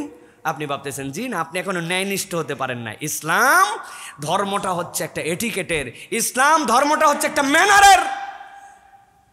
আপনার সাথে ঝগড়া করতে আসছিল, তারপরে আপনি বলছেন আমি রোজাদার, ঝগড়া করবো না তোমার সাথে। আল্লাহ বলছেন তোমাকে যেই আল্লাহ এই ট্রেনিং দিল সেই বান্দা, তুমি ন্যায়নিষ্ঠ হতে পারো নাই, অপরকে কষ্ট দাও, অপরকে তুমি আরাম দাও না, অপরের হিসাব তুমি করো না। আল্লাহর কাছে আপনাকে হিসাব দেওয়া লাগবে।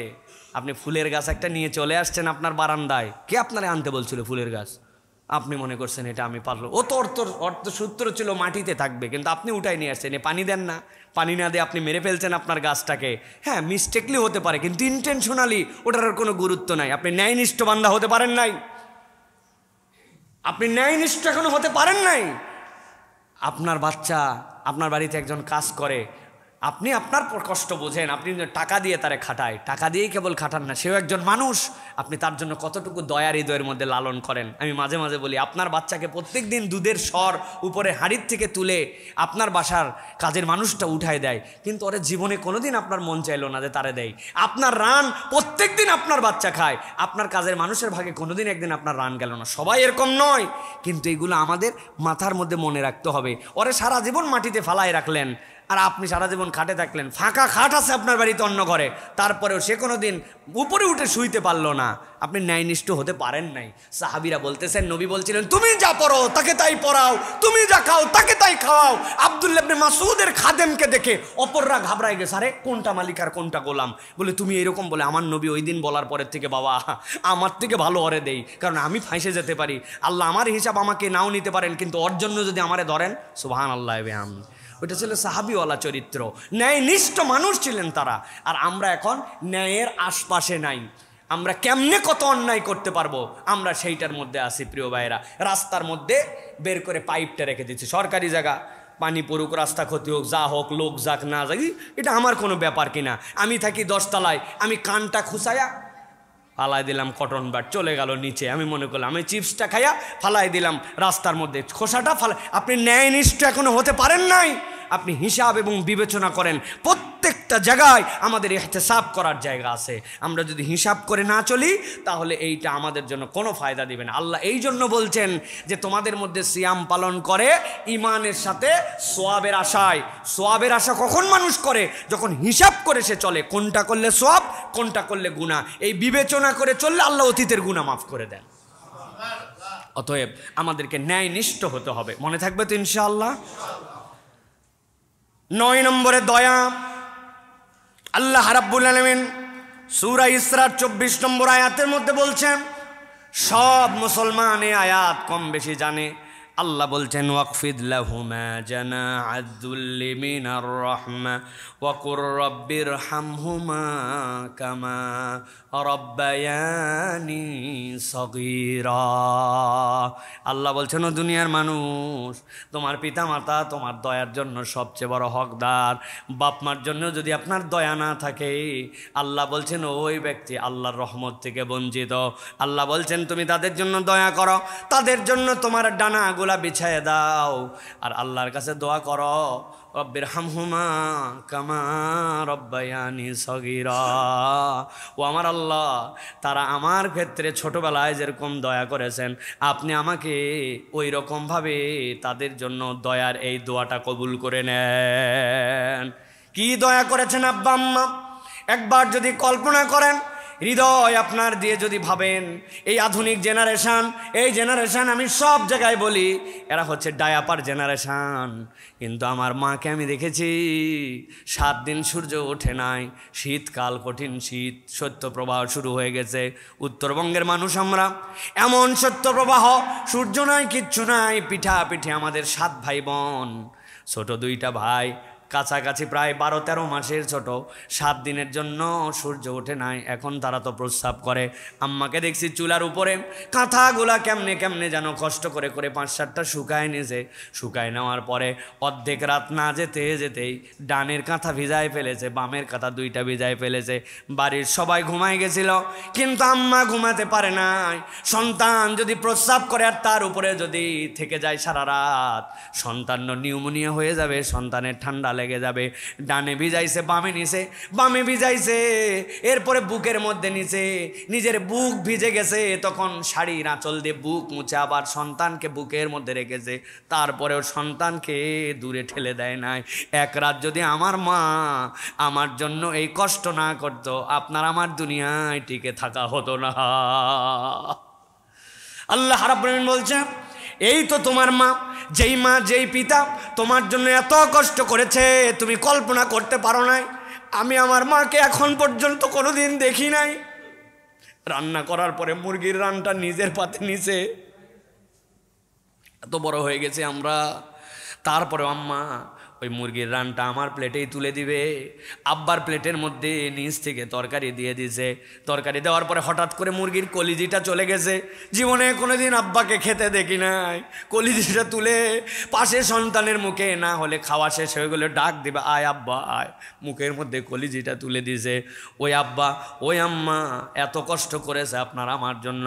আল্লাহ বলতেছেন, আমি আল্লাহ দায়িত্ব দিলাম, ওয়াকফিদ লাহুমা জানাআয-যুল, তুই সন্তান যত বড়ই হয়ে যাস না কেন, তুই আসলে কিছুই বড় হতে পারিস নাই। তোর ওই বড় হওয়ার পেছনে তোর বাপ মা তোকে এই পর্যন্ত ধাক্কায় নিয়ে আসে, তুই তার জন্য তোর ডানাগুলা বিছায়ে দে, আর আল্লাহর কাছে দোয়া কর, আয় রব আমি তো কিছুই করতে পারি না, কিন্তু তারা আমার জন্য যেরকম দয়া করেছে, তুমি আল্লাহ রাব্বুল আলামিন আমার আব্বা আম্মার জন্য সেরকম দয়া করো। সুবহানাল্লাহ। আল্লাহ বলছেন এই দয়া তোমাদের জন্য আল্লাহর পক্ষ থেকে দেওয়া দায়িত্ব, আল্লাহর পক্ষ থেকে দেওয়া নিয়ামত। আপনার অন্তরে যদি দয়া না থাকে, আপনার অন্তরে কিচ্ছু নাই। আমরা অনেক ক্ষেত্রে দয়াদ্র হই, কিন্তু আমরা আমাদের চুজ করে করে কার জন্য দয়া করব আর কার জন্য দয়া করব না এটা হিসাব করি। আল্লাহ বলছেন এই রমাদান তোমাকে দয়ার শিক্ষা দেয়। আল্লাহ বলছেন সাবাকাত রহমাতি আলা গদাবি, আমি আল্লাহ নিজের রাগও আছে, নিজের রহমতও আছে, কিন্তু আমার রহমতকে আমার আযাবের উপরে আমি বিজয়ী করে দিয়েছি। সুবহানাল্লাহ। আল্লাহ রহমতকে আযাবের উপরে বিজয়ী করছেন কাদের জন্য? যাদের দিলে দয়া আছে তাদের জন্য।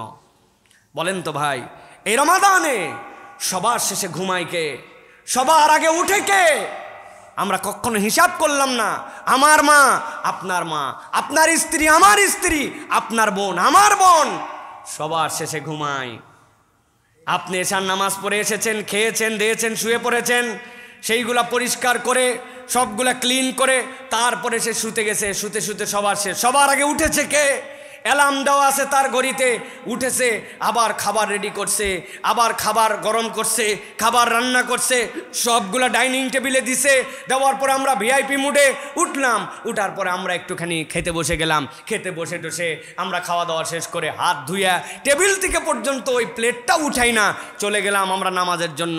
সে সবগুলো এগুলো গুছায়া রেখে টেখে গুছায়া ফ্রিজিং করে ডাইনিং টেবিল পরিষ্কার করে এরপরে বেচারি একটু সালাত আদায় করতে গেছে। আমি তো এরপরে ঘুমাই আছি, চাকরিতে যাব, বাকরিতে যাব, অথবা না থাকলে দীর্ঘ ঘুম। কিন্তু উনার বাড়িতে যদি দুগ্ধপোষ্য শিশু থাকে, ছোট শিশু থাকে, তাহলে আবার সবার আগে উনি উঠছে, কেননা সবাই রোজা আছে, তারে আবার খাওয়ানো লাগবে। এরপরে ওই বাচ্চার খাওয়ানো, তারপরে আবার সন্ধ্যা রাত্রের রান্না, আবার ইফতার রান্না, আবার তার জন্য শেষ রাত্রের রান্না। আমি তো মাগরিবের নামাজ পড়ে আসলাম, আসার পরে চিন্তা করছি সারা দিন রোজা ছিলাম, একটু ক্লান্তিতে গা এলায় দিয়া আমি একটু মোবাইলে ফেসবুক দেখতেছি, একটু ইউটিউব দেখতেছি, একটু টিভিতে খেলা দেখতেছি, আর উনি আবার আপনার আমার জন্য এসার পরের খাবার রান্না করতেছে। আপনি একটু হিসাব করেন, সবার থেকে বেশি কষ্ট করে আপনার আমার মা, আপনার আমার স্ত্রী, তাদের জন্য আমার ন্যূনতম কোনো দয়া নাই, ফিলিংস নাই, কৃতজ্ঞতা নাই। বউ থ্যাংক ইউ, তুমি এত সুন্দর একটা উপস্থাপন করেছো খাবার আমাদের জন্য, বউ তোমার প্রতি কৃতজ্ঞতা। চিন্তা করছে নাউজুবিল্লাহ, নিজের বউর আবার থ্যাংক ইউ দেয় কেমনে? এটা লজ্জা শরমের বিষয় আছে তো না ভাই? কেমনে? আল্লাহ রাসূল সাল্লাল্লাহু আলাইহি ওয়াসাল্লাম বলছে মাল্লাম ইয়াশকুরিন নাস লাম ইয়াশকুরিল্লাহ। আপনি যদি বান্দার কৃতজ্ঞ না হন, আপনি আল্লাহর কৃতজ্ঞই হতে পারেন নাই। আপনি আর তাদের কোনো কাজ দেখতেই পান না, এটা তো ওদেরই কাজ, হ্যাঁ এটা করবে না তো কি করবে? শায়েখ আহমদুল্লাহর একটা কথা আমার দিলের মধ্যে লাগছে, আমি সব সময় এটা বলি। শায়েখ এটা খুব সুন্দর করে বলেন, এই আর বাপ মায়ের বাড়িতে রান্না বাড়া শিখছে, এর বাপের টাকায় বাপের খাওয়ায়, রান্না করে খাওয়ায় আপনারে। এর বাপ মায়ের টাকায় পড়ালেখা শিখছে, অক্ষর শিখেছে, জ্ঞান শিখেছে, পড়ালেখা করায় আপনার সন্তানরে। ঘর গুছানো, কাপড় কাঁচা এর মায়ের কাছে শিখছে, এর বাড়িতে, এর বাপের টাকায়, আর আপনার বাড়িতে এসে এই সার্ভিস দেয়। আর আপনি ন্যূনতম কৃতজ্ঞতায় তাকে একটু থ্যাংক ইউ বলেন না, তার এই কাজগুলোকে অ্যাপ্রিসিয়েটও করেন না। আপনি চিন্তা করেন, এটা বান্দি নিয়ে আইছি, করবে না মানে? এর তো করার দায়িত্ব এইটা, এত সহজ নয়। যার দিলের মধ্যে দয়া নাই, কৃতজ্ঞতা নাই, আবার স্ত্রীরও স্বামীর প্রতি কৃতজ্ঞতা থাকতে হবে। আপনি মনে করছেন আপনি তো কিছুই করেন না, সারাদিন বাইরে থাকেন, এই বেচারি তো কামাই করে, এই বেচারি রুজি করে বলে তোমাদের মুখে হাসি ফুটানোর জন্য রাত দিনে পরিশ্রম করে, তার যেই কাজ করতে খুব ভালো লাগে এরকম নয়। স্বামীর এটার প্রতি তার কৃতজ্ঞতা আছে, স্বামীর প্রতি তার সন্তুষ্টি আছে, স্বামীর এই কাজের প্রতি তার মহাব্বত আছে, এবং স্ত্রীর প্রতি মহাব্বত আছে। ওয়াজআলনা বাইনাকুম মাওয়াদ্দাতাম ওয়া রাহমা, আল্লাহ বলছেন এইটার নাম ভালোবাসা। রমাদান এই মুয়াসাত শিখায়, এই ভালোবাসা শিখায়। আপনি মনে করছেন স্ত্রী কিছুই করে না, স্ত্রী মনে করছে স্বামী কিছুই করে না, দুইজনই আবার রোজাদার। আপনার রোজা কসু, আপনার রোজা কি 100 টাকা কেজি, তাও এত সস্তা মনে করেন না। এটাও এই কচু দিয়েও আর উদাহরণ দেওয়া যাবে না, এটা যে কি বলতে হবে আল্লাহ জানে, কেবল আমার জানা নাই। কিন্তু আমাদেরকে হিসাব শিখতে হবে, দয়াদ্র হতে হবে। পারবো ইনশাআল্লাহ? স্ত্রীকে যাই আজকে ধন্যবাদ দিতে পারবেন তো? বলবেন বেগুনি বানাইছো, লবণ টবণ কিছু ঠিক নাই, কি ধন্যবাদ, কিলাকিলি নাকি?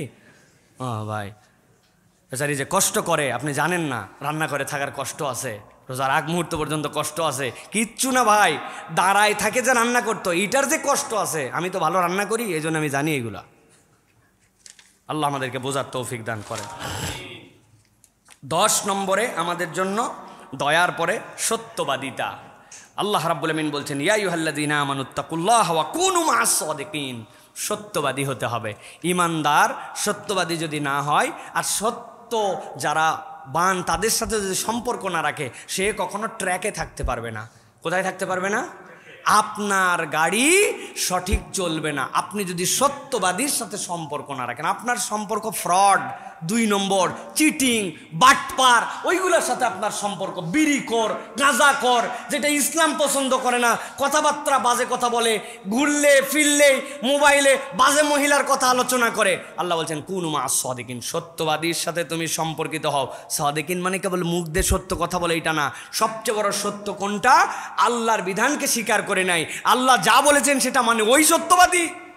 দুনিয়াতে অনেক সত্যবাদী আপনি দেখতে পাবেন, নামাজ কালাম কিচ্ছু নেই, এই সত্যবাদী সেই সত্যবাদী নয়, ওটা পার্ট অফ সত্যবাদী। আর মূল সত্যবাদীকে যে আল্লাহ এবং আল্লাহর বিধানকে মেনে নিছে, সে হচ্ছে সত্যায়ন করেছে। অতএব প্রিয় ভাইয়েরা, বাজে মানুষের সাথে ঘুরবো, বাজে সংস্রব বাদ দেই নাই। আবার আমি মনে করতেছি আমি সিয়ামকারী, আমার সিয়াম হচ্ছে না প্রিয় ভাইয়েরা। সিয়াম আমাকে শেখাচ্ছে যে আপনাকে সত্যবাদীর সাথে সম্পর্কশীল হতে হবে। পারবো তো ইনশাআল্লাহ? আমরা এই ক্ষেত্রেও চালাক আছি। আমরা বলি হুজুর দুনিয়াটার অবস্থা বড়ই খারাপ, ভালো মানুষ আর নাই। আরে আফসোস মুরব্বীর, ভালো মানুষ আর নাই। আমি বললাম চাচা ভালো মানুষ নাই বুঝলাম, কিন্তু আপনি ভালো হলে সমস্যা কোথায়? আপনি ভালো হলে তো আমি আপনারে খুঁজে পাই একজন ভালো মানুষ। নিজে ভালো হবে না কিন্তু সারাদিন আফসোস, না আগে অনেক ভালো ছিল দিন দুনিয়া, এখন আর ভালো নাই। আছে না এরকম? এটা একটা ভণ্ডামো। আপনি নিজে ভালো হই, আমি নিজে ভালো হই, তাহলেই তো আরেকজন ভালো মানুষ খুঁজে পায়। আপনি খালি ভালো মানুষ খোঁজেন কেন? নিজে ভালো হতে মন চায় না কেন আপনার? আল্লাহ আমাদেরকে নিজেদেরকে ভালো হওয়ার তৌফিক দান করেন। 11 নম্বর, লজ্জা ইমানদারদের জীবনের অন্যতম শ্রেষ্ঠ একটা গুণাগুণ। আল্লাহ রাব্বুল আমিন বলছেন, কুল্লিল মুমিনিনা ইয়াগুদ্দু মিন আবসারিহিম ওয়া ইয়াহফাযু ফুরুজাহুম যালিকা আযকা লাহুম ইন্নাল্লাহা খাবীরুম বিমা ইয়াসনাউন। আল্লাহ বলছেন ইমানদারদেরকে দায়িত্ব দিলাম চোখগুলো নামায় ফেলো আর তোমার লজ্জাস্থানকে হেফাজত করো। আল্লাহ বলছেন তুমি যদি এই 2টা কাজ করো, রব্বুল আলামিন বলতেছেন তোমাদের জন্য আল্লাহর পক্ষ থেকে নিয়ামত। অর্থাৎ ইমানদারের চরিত্র হবে লজ্জাশীল হওয়া। নারী কেবল পর্দা করবে এইটুকুই নয়, বরং একজন পুরুষের জন্য লজ্জাশীল হয়ে তার চোখের পর্দা আছে কিনা, আছে কিনা? আপনি বলতেছেন এলাকাটা একদম নষ্ট হয়ে গেল, আমি মোড়ের উপরে দাঁড়ায় দেখলাম প্রায় 20টা মেয়ে গেছে, এর মধ্যে 18টা মেয়েরই বুকে পর্দা, বুকে কাপড় নাই। উনি কত বড় আল্লাহর ওলি, চিন্তা করছেন আপনি? 20 মহিলার 18 জনের বুকে কাপড় নাই, উনি মোড়ের মধ্যে দাঁড়ায় গুনছে। তা আপনার এই চোখের পর্দা কই গেল ভাই? আমার মতো এরকম ঠোঁট কাটা করে কোদাল মার্কা আপনাকে কেউ বলবে না ভাই। আমি বোঝানোর জন্য আপনাকে এটা বলতেছি প্রিয় ভাইয়েরা। এই জন্য আমাদের নিজেদেরকে লজ্জাশীল হতে হবে প্রিয় ভাইয়েরা। লজ্জাশীল যদি না হয় আমরা বড় বিপদ। এই ক্ষেত্রে বড় বেশি বিষয় আছে। সেটি কি? যেমন খুশি আমি তেমন চলতে পারি, আমার শরীর আমার মতো চলতে পারি। একদল বেরোইছে না ভাই এরকম কথাবার্তা বলালো, হ্যাঁ আমার বিড়ি আমি খাইতে পারি, কোথায় খাবো আর কোথায় না খাবো তুমি বলার কে, তাই না প্রিয় ভাইরা? এটা কখনো সমাজ হতে পারে না। আপনি যদি এরকম কথাই বলেন তাহলে ইফটিজিং শব্দটাই তো আগে বাদ দেওয়া দরকার। মহিলা স্কুলের সামনে কোনো একটা ছেলে মন চাইছে তার, সে ল্যাংটা হয়ে দাঁড়ায় থাকলো, আপনি কি বারণ করতে পারবেন? অবশ্যই পারবেন। বলবেন না এটা তোমার ভদ্রতা নয়, এটা তোমার শালীনতা নয়, এটা একটা সমাজ। সমাজ মানে কি? আমরা সামাজিক জীব। মানে কি? একজন আরেকজনের প্রতি নির্ভরশীল। কুত্তা সামাজিক জীব নয়। কুত্তার টেনশন করতে হয় না যে আমি পাত্র যেটাই খাবো ওটা চীনামাটির হবে না প্লাস্টিকের হবে, আমার পাত্রটা ভীমবার দিয়ে পরিষ্কার করা হবে নাকি অপরিষ্কার হবে, কুত্তার এই চিন্তা নাই। কিন্তু আপনার আমার চিন্তা আছে, আমার পাত্রটা আমাকে খেতে হবে, কিন্তু আমি পাত্র বানাতে পারি না। আরেকজন বানাতে পারে, যে পাত্রওয়ালা ও চিন্তা করে আমি নয় পাত্র বানাতে পারি, কিন্তু আমি তো আমার গায়ের জামা বানাতে পারি না, আরেকজন বানাতে পারে। একজন আরেকজনের প্রতি নির্ভরশীল।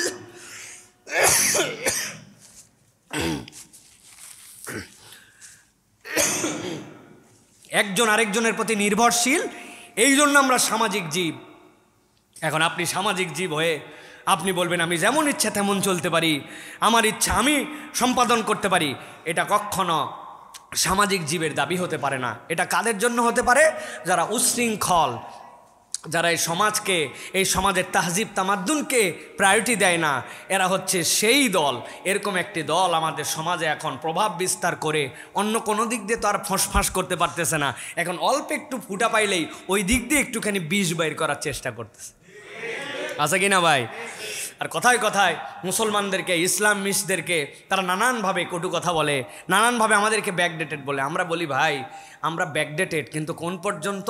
আমরা 1450 বছর আগে নবী যেখান থেকে আপডেট করে আমাদেরকে ক্লিক করেছেন ওইখান থেকে আমরা আপডেট। আর তুমি যা আপডেট হিসাব করতেছো ওই আপডেট এই কয়েকদিন আগেও, এই 1850-এর আগেও নারীর অধিকার আমেরিকার মতো জায়গাতেও ছিল না, সম্পদে অধিকার ছিল না। আর আমরা বেশি আপডেট না, তবে আমরা 1450 বছর আগে আমার নবী ওয়ারিসনামা নির্ধারণ করে গেছে।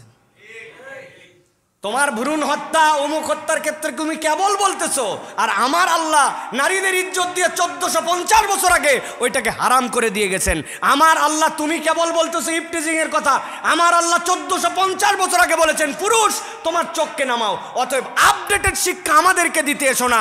তোমরা যদি আপডেট হতে চাও তাহলে ইসলামকে অনুসরণ করো, ইসলামের বাহিরে কোনো আপডেট কিচ্ছু পৃথিবীতে নাই, ঠিক না?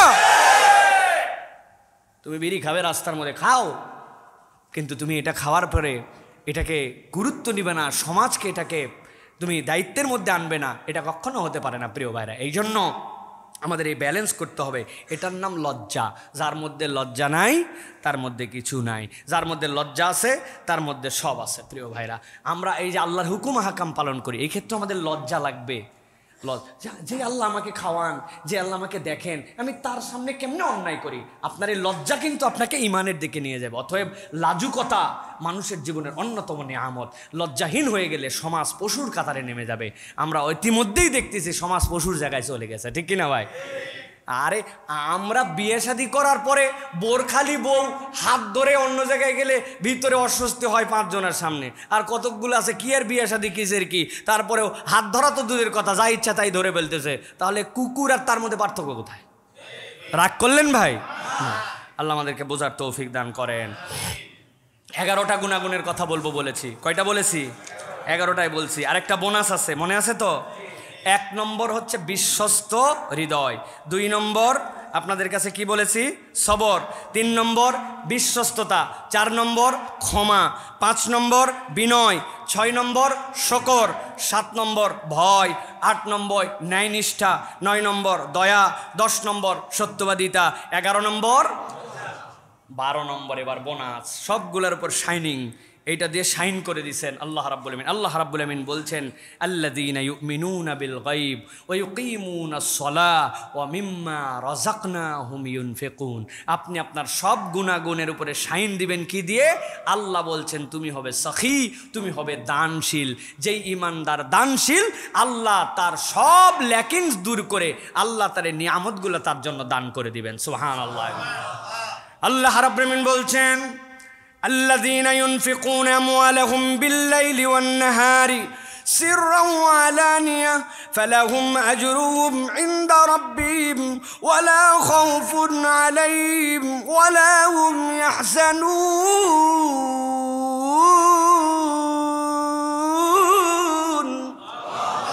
আল্লাহ বলছেন দুনিয়ার মানুষ, তুমি চিন্তায় আসো, তুমি ভয়ে আসো, দুশ্চিন্তা তোমার রিজিক নিয়া, দুশ্চিন্তা তোমার ইজ্জত নিয়া, দুশ্চিন্তা তোমার বারাকা নিয়া, ভয় তোমার সম্পদ যেন নষ্ট না হয়ে যায়, ইজ্জত যে পর্যন্ত অর্জন করেছে ওইটা যেন নষ্ট না হয়, আমার সম্পদটা যেন নষ্ট না হয়। আপনার যত দুশ্চিন্তার যত ভয়, আল্লাহ বলছেন আমি তোমার জন্য ঔষধ দিয়ে দিলাম। যেই মানুষেরা দিনে রাতে গোপনে প্রকাশ্যে সচ্ছলতা অসচ্ছলতায় দান করে, আল্লাহ বলছেন ফালা খাউফুন আলাইহিম ওয়ালা হুম ইয়াহজানুন। আমি আল্লাহ জিম্মাদার হলাম দুনিয়া আখিরাতে, তাদের কোনো ভয়ও নাই, তাদের কোনো দুশ্চিন্তাও নাই। সুবহানাল্লাহ। এক ঔষধে সব সেরে যাবে। আমাদের হকাররা বিক্রি করে না, যারা উঠলে বসতে পারেন না, বসলে উঠতে পারেন না, মাজায় ব্যথা টনটন করে, বাপরে মারে বলে চিল্লাচিল্লি করেন, একাত থেকে ওকাত ফিরতে, ওরে বাবা রে বাবা, পেটের পীড়া, মাথার ব্যথা, মাথাই খারাপ, এক ঔষধ সব আপনার জন্য ক্লিয়ার। এই যে আপনাকে সব ক্লিয়ার, আল্লাহ বলতেছেন আল্লাযীনা ইউনফিকুনা আমওয়ালাহুম, যারা দান করে দিনে রাতে প্রকাশ্যে গোপনে সচ্ছলতায় অসচ্ছলতায়, এক ওষুধে সব কাজ। আল্লাহ বলছেন তোমার কোনো দুশ্চিন্তাও নাই, তোমার কোনো ভয়ও নাই, সব দেখার দায়িত্ব আমার। আমরা কৃপণ, হার কৃপণ। এই জন্য আমি রমাদানে বলবো কেউ ফিরবে না খালি হাতে। এই রমাদানে আপনার প্ল্যান হবে এইটা, আপনার কাছে সবসময় খুচরা টাকা, সবসময় আপনার প্রস্তুতিতে আপনার কাছে থাকবে। কেউ একজন চাইছে আম্মা সাইলা ফালা তানহার, কি জন্য চাইছে, কেন চাইছে, কি দিব না দিব, নানান কথাবার্তা। ন, আমার দেখার সুযোগ নাই, আমার কাছে চাইছে আমি দিয়ে দিছি। শুধুমাত্র মাদকাসক্ত, শুধুমাত্র নেশাখোর প্রমাণিত যদি হয় তাহলে আমি একে দিব না। তাছাড়া যে চাইছে আমার কোনোভাবে মিস নাই, আমার পকেটে 10 টাকা খুচরা আছে, 5 টাকা আছে, পকেটে আছে, টাকা আছে, যেমনে হোক চাইছে দিয়ে দিছি। আল্লাহ রাব্বুল আলামিন বলছেন আমার বান্দা যখন ছোট ছোট করে দেয়, আমি আল্লাহ তখন তাকে থোক থোক থোক থোক করে দেই। অতএব আল্লাহর কাছ থেকে পেতে হইলে আল্লাহ রাব্বুল আলামিনের জন্য দিতে হবে। আমরা যদি এই কয়টি গুণাগুণ আমাদের জীবনে নিতে পারি, ইনশাআল্লাহ আল্লাহ রাব্বুল আলামিন দুনিয়া আখিরাতকে সুন্দর করে, আমাদের রমাদানকে অপূর্ব করে আমাদেরকে জান্নাতের জন্য নিয়ে নেবেন। বলেন আল্লাহুম্মা আমিন।